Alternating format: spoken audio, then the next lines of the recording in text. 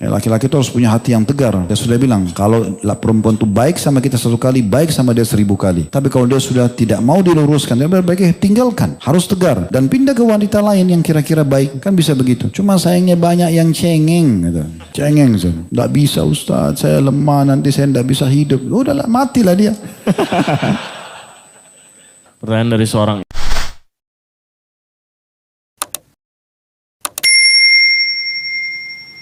ikhwan yang memiliki istri yang sangat kasar, suka ngata-ngatain karena gaji suaminya lebih kecil dari gaji istrinya. Dia merasa kesal dan akhirnya dihajar dengan tidak memberi hak biologis kepadanya sampai dengan 3 bulan. Tapi istri saya merasa tidak bersalah hingga sampai saat ini saya tidak melakukan hubungan biologis sampai kurang lebih 1 tahun. Istri saya bekerja di sebuah salon yang juga melayani customer laki-laki atau berikhtilat. Dan saya merupakan seorang supir. Mohon pencerahannya Ustaz. Rugi antum ini. Yang rugi suaminya. Posisi hajar di sini keliru. Hajar pakai E ya. Bukan dihajar. Ya. Hajar berarti diboikot, diranjang. Langkah yang diambil oleh penanya ini keliru dalam mengambil langkah hajar istri di sini. Ya. Posisi dia kasar, posisi dia misalnya suka mencaci maki, ini adalah akhlak, ini karakter. Jauhnya seseorang dari agama akan seperti ini keadaannya. Kalau dia menikah dengan wanita salihah, dan saya sudah bilang laki-laki saleh, perempuan salihah tempatnya di masjid, majelis ilmu. Ya. Bukan tadi di salon, bukan di pinggir jalan, bukan di karaoke, bukan. Ya. Sehingga tidak perlu ada penjelasan tadi, oh di salon ada ikhtilat. Memang itu sudah umum, kecuali salon muslimah. Kan gitu. Jadi memang langkah awalnya yang keliru. Sehingga dapatlah wanita yang tidak mukminah. Karena kalau laki-laki dan perempuan yang mukmin dan mukminah, ini pasti tahu. Kan kata Nabi SAW, orang mukmin bukan orang yang suka bertutur kata kasar, suka melaknat. Orang mukmin itu lembut, santun, tegas iya tapi tidak keras. Itu orang beriman. Nabi SAW tegas. Waktu masuk ke rumah Aisyah mendapatkan ada 1 gorden, ada gambar makhluk hidup, beliau tegas berubah raut wajah mengatakan, hai Aisyah, sesungguhnya orang yang paling berat siksanya hari kiamat adalah para pelukis. Maka Aisyah pun menurunkan, tapi tegas, bukan keras.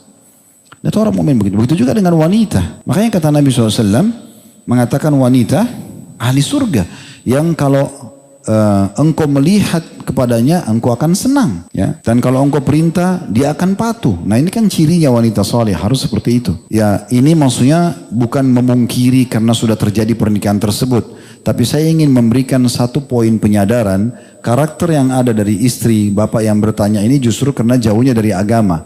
Oleh karena itu yang belum melangkah ini melangkah dengan orang-orang yang sudah punya agama yang bagus. Ya, insya Allah kita berharap, apalagi yang sudah belajar bab tentang adab, akhlak, itu penting ya. Karena belajar agama itu bukan cuma bab akidah saja. Harus belajar tentang bab adab, bab akhlak ya. Kita sudah bedah di Minhajul Muslim, kita sudah bedah di kitab Bulughul Maram. Ya, itu sudah panjang lebar dijelaskan banyak hadis-hadis Nabi SAW tentang masalah itu.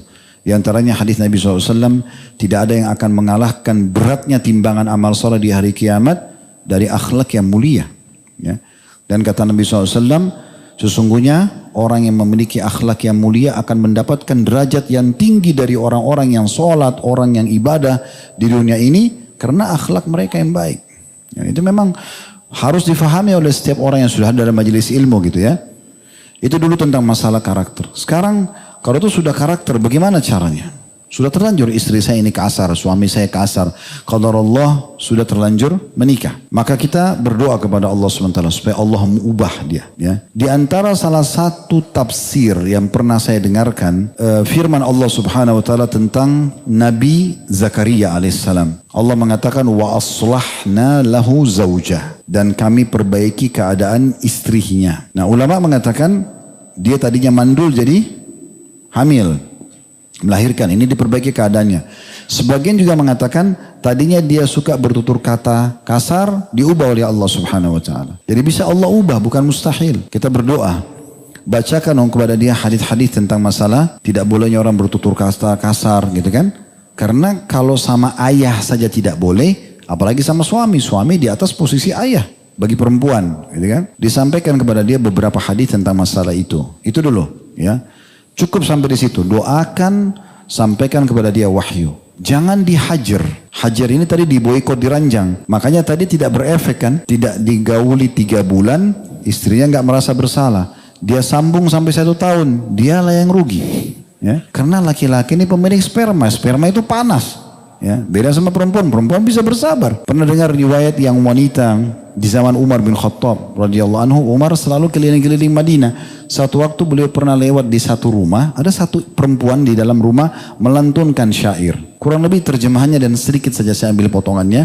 Dia mengatakan kalau bukan karena kesucian nama baikku, suamiku dan hubungan baikku dengan Tuhanku, maka keempat kaki ranjang ini akan bergerak. Ini bahasa kiasan bisa berzina. Maka Umar bertanya dari luar rumah wanita itu, wahai hamba Allah, kenapa kau berkata seperti itu? Dia mengatakan, wahai Amir Mu'minin, saya baru menikah dan Anda menugaskan suami saya menjadi mujahid. Dia berangkat sudah sekian lama belum pernah pulang. Saya membutuhkan suami. Maka Umar pada saat itu langsung pulang ke rumah menemui Hafsah radhiyallahu anha, anak beliau yang merupakan salah satu istri Nabi SAW. Wahai Hafsah, berapa lama wanita bisa bersabar? Maksudnya dalam masalah biologis. Maka kata Hafsah 4 bulan. Setelah itu Umar bin Khattab mengeluarkan instruksi semua mujahid kalau pergi setiap 4 bulan pulang. Nah itu satu bagian daripada agama kita yang memang dibahas dan itu didukil kepada kita masalah itu. Berarti masalah interaksi biologis ini kan penting sekali.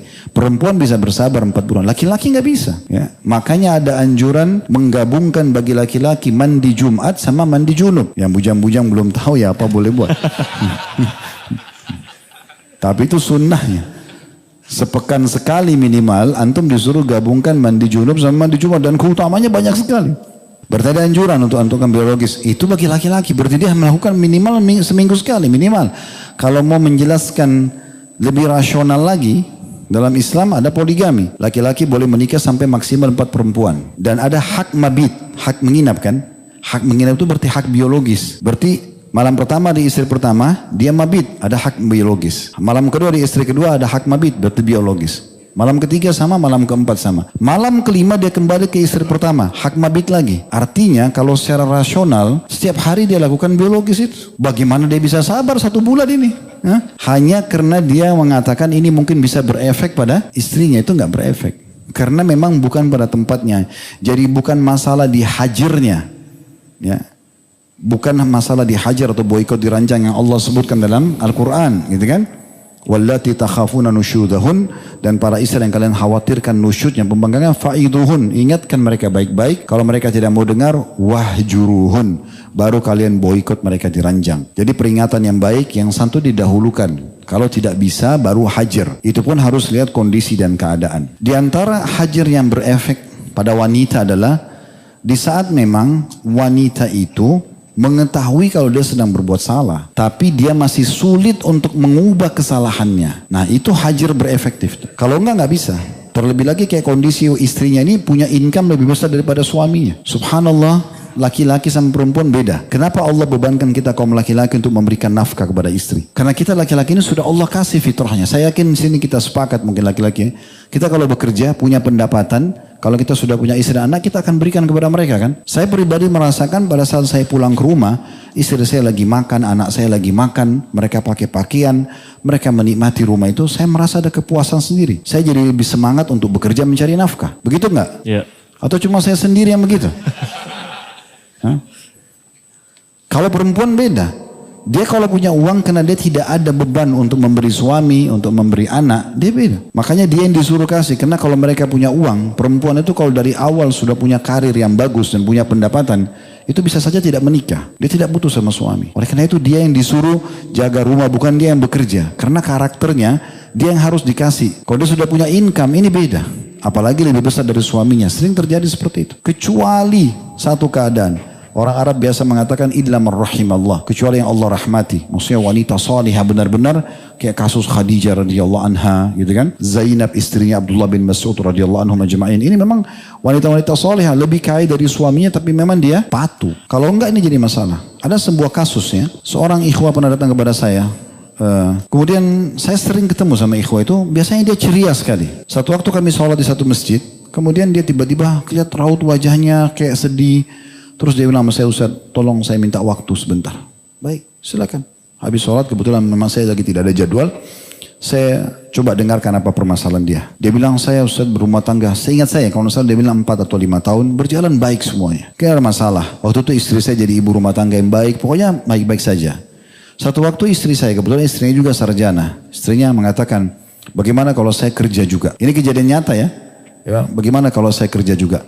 Mungkin dari gaji saya kita bisa gabungin, bisa nanti cicil rumah, cicil kendaraan. Bagi suami ini masuk akal ya, sudah nggak apa-apa. Yang penting tidak mengganggu kewajiban rumahnya. Akhirnya diizinkanlah sang istri kerja. Begitu kerja sang istri ternyata dapat pekerjaan, income-nya lebih besar dari suaminya. Terjadi apa yang selama ini dibahas oleh para ulama. Ini yang saya nukil kepada antum nih. Jadi kalau perempuan punya income itu, bahaya sekali beda dengan laki-laki. Kecuali dia betul-betul bertakwa kepada Allah. Maka pada saat itu dia bilang karena gajinya lebih besar, mulailah dia telat pulang rumah, mulailah kalau pulang membangkang. Kalau mau diajak bergaul biologis nggak mau, karena dia bilang capek. Besok dia harus kerja lagi pagi, anaknya diurus sama pembantu. Sering menolak apapun, bahkan kadang-kadang pulang agak malam diantar sama teman laki-laki dari tempat kerja. Sekarang kondisinya bagaimana? Padahal awalnya niatnya baik, tapi seperti itu keadaannya. Nah ini terjadi, gitu kan? Bukan berarti wanita tidak boleh kerja, bukan. Tapi kalau tadi dia bekerja tidak mengganggu, tidak mengganggu kewajibannya, dia juga tetap hormat dengan suami, bertakwa kepada Allah, itu beda. Tapi umumnya seperti itu. Apalagi tadi dikatakan kerjanya memang bukan pekerjaan yang masih bercampur laki-laki dan perempuan, ini memang biasanya akan seperti itu. Kecuali dalam kondisi suaminya lebih besar income-nya, lebih bisa memberikan dia pendapatan, mungkin seperti itu. Jadi kita doakan mudah-mudahan saudara kita tadi yang profesinya sebagai supir, jangan kecil hati dengan profesi ini. Anda tetap mulia, Anda adalah ciptaan Allah Subhanahu wa taala yang sempurna. Kita harus punya percaya diri selama kita beriman kepada Allah.